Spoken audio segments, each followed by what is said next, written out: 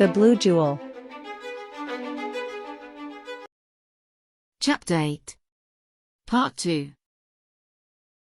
3 days had passed since Nilam's funeral, and in Tripulia it was grey again, like the previous 2, but she didn't care. She could barely tell the difference between day and night. She spent the days after her brother's cremation locked in that room of the inn in total darkness. The Kendali was watching her from a corner. She was worried about Arian not wanting to eat. All her loved ones, her parents, Loaf, Nilam, had disappeared from her life. She was now alone and would never see them again. She tried to warn her brother of the danger that was lurking in front of her, and what did she do? To get angry because she had sold the jewel. Now her brother was dead. She had let herself down, a mistake that would never be forgiven. The Kendali watched Arian decompose, sitting on the bed, with her brown hair covering her face like a ghost. Vanas couldn't take it anymore and left the room. As soon as he closed the door, he found Arras coming up from the ground floor. "How's she?" the half-orc asked softly as he raised his head. The Kendali approached Arras. "Bad, my lord, he hasn't eaten anything in 3 days. I think he wants to die, and at this rate is going to succeed. Neither Mr. Kush nor I change her mind." The half-orc was saddened by the Kendali's comments.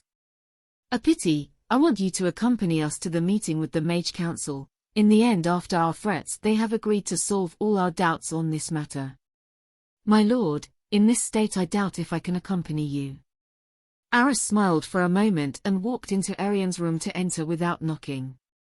Arian was still in the same position. Arras came in, but she didn't raise her head. She wanted to die, so she could be reunited with her family. Surely Thani would be kind to her, not like this cruel world.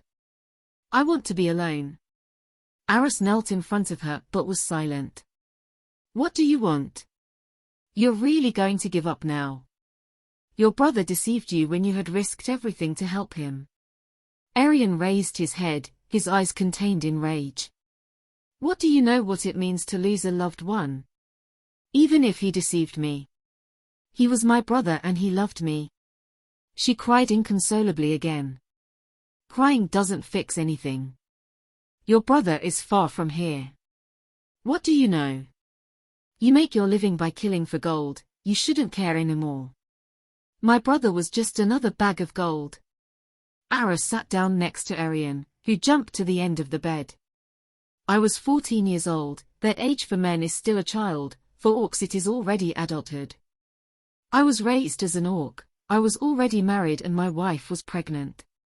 What was left of my father's tribe lived as best they could at the southern end of the barren plains. We lived far away from the elves, and talks to annex the Black Empire were well underway." Arras paused before continuing. "They came like a shadow at night. We don't know the reason. Maybe they found out about the future pact, but the causes for which they attacked us now don't matter. I wasn't at home. Together with my father we were hunting. A sacrifice had to be offered to Mother Earth for her first grandchild. When we returned, we found only the remains of the massacre. Very few were able to escape." Arian felt pity. No one knew anything about this. The Black General had a family when he was a child, at least for men. "What happened?" "You already know, the annexation to the Black Empire as a province. My father was always in favor. He said that the orcs alone, the only thing we had achieved in all this time, was to fight each other and lose against the elves and the Black Empire. A coalition with the Empire would give us the necessary discipline to progress. After the attack he was one of the most important figures in reaching an agreement with the Emperor. The legions were formed. A war began against the elves who had attacked us until we exterminated them. The first time an elven kingdom fell, a total victory for the Black Empire. But as you can see, that didn't help either. I ended up banished, and for the moment the Emperor has not put a price on my head. I serve him more alive than dead, but even so I do not give up. You must always fight to the end." "But who cares?" "I care. It's not the same to leave this world fighting until the end than letting yourself go.